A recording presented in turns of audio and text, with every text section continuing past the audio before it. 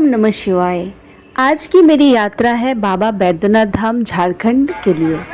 बाबा बैद्यनाथ धाम जाने के लिए मैंने चित्तरंजन से लोकल ट्रेन ली और मेरे साथ इस बार मेरी सहेली के 3 छोटी बहनें थीं और हम लोग जसीडीह स्टेशन तक लोकल ट्रेन से गए और फिर जसीडीह से शेयरिंग ऑटो लेकर के हम पहुँचे देवघर, जहाँ से पैदल चल के हमें मंदिर तक जाना था।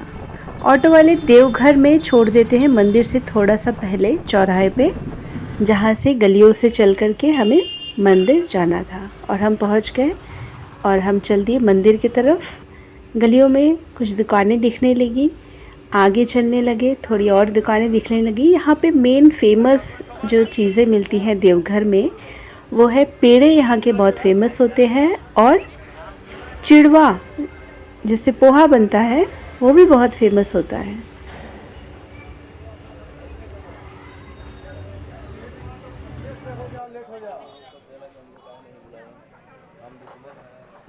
और कुछ दूर चलने के बाद थोड़ी भीड़ बढ़ने लगी और फिर आ गया मंदिर का गेट। ये है मंदिर का गेट।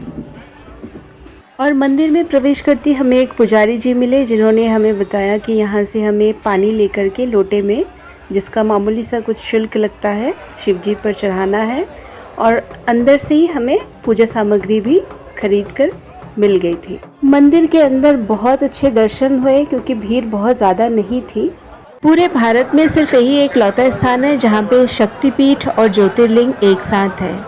माता शक्ति का यहाँ पे हृदय गिरा था और बाबा का ज्योतिर्लिंग भी है, और दोनों मंदिर आपस में ऐसे धागे से बंधे हुए। कुछ कपल्स यहाँ पे प्रेयर करते हैं और जब उनकी प्रेयर पूरी हो जाती है तो यहाँ पे आके वो ये धागा बांधते हैं। कहते हैं कि यहाँ पे धागा बांधने से शादी विवाह जो है वो अच्छा चलता है, दोनों के बीच, पति पत्नी के बीच कभी कोई मनमुटाव नहीं आता है। ये मंदिर के अंदर का परिसर, ढोल बज रहा था, काफ़ी लोग पूजा करवा रहे थे। कुछ स्पेशल पूजा अगर किसी को करवानी थी तो पंडित जी यहाँ पे हमेशा रहते हैं, तो उनसे करवा सकते हैं। मंदिर घूमने के लिए या मंदिर दर्शन करने के लिए आपको बाहर से पंडित खुद से अप्रोच करते हैं कि आ जाइए, मंदिर देखना है क्या।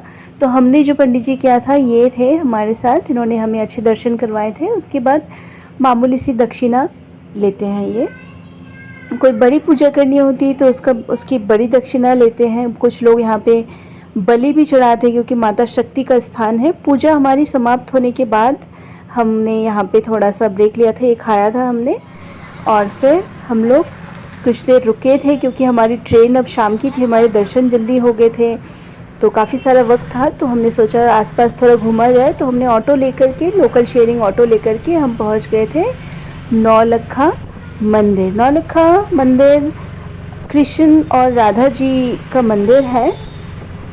एक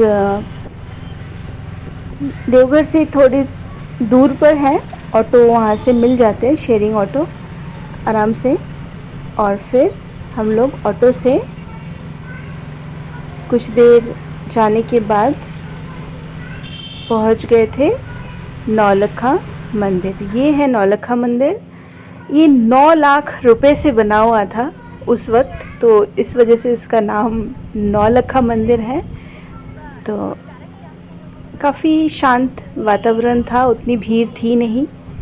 यहाँ जाने के लिए कोई शुल्क नहीं है, लेकिन कुछ टाइमिंग्स हैं जिनमें जाना पड़ता है। अंदर वीडियोग्राफी अलाउ नहीं है, तो थोड़ा बहुत जहाँ तक अलाउ था मैंने वहीं तक का बनाया था। और फिर कुछ देर वहाँ रुकने के बाद हम लोग वापस शेयरिंग ऑटो लेकर के पहुँचते जसीडीह स्टेशन। जसीडीह स्टेशन से वापस लोकल ट्रेन लेकर के पहुँचते चित्तरंजन, और यही समाप्त होती है हमारी आज की यात्रा। आपको मेरी आज की यात्रा कैसी लगी मुझे ज़रूर बताएं। वीडियो अच्छी लगे तो इसे लाइक करें और चैनल को सब्सक्राइब करें।